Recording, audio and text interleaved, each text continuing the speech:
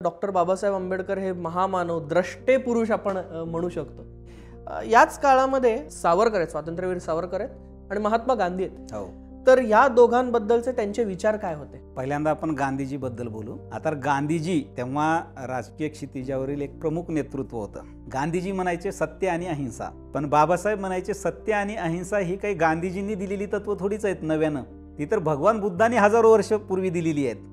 गांधीजींचं जेव्हा निधन झालं तेव्हा बाबासाहेबांनी एक पत्र लिहिलेलं आहे त्यांच्या पत्नीला. त्याच्यात ते म्हणतात की त्यांनी दुःख वगैरे व्यक्त केलंय, पण त्याच्यात म्हटलंय की एका दृष्टीनं हे बरं झालं की या गांधीवादाच्या कोंडमाऱ्यातून आता देश आपला मुक्त होईल. गांधींना ते महात्मा मानत नव्हते, एक प्रामाणिक राजकारणी मानत नव्हते, कावेबाज माणूस आहे, कनिंग माणूस आहे म्हणायचे. आणि सावरकरांबद्दल फार लेखन केलं नाहीये.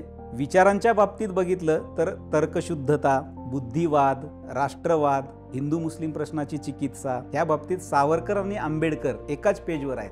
म्हणजे 80 ते 90% सावरकर आंबेडकर एका पेजवर आहेत, 80 ते 90% आंबेडकर आणि गांधीजी हे परस्पर विरोधी विचाराचे आहेत.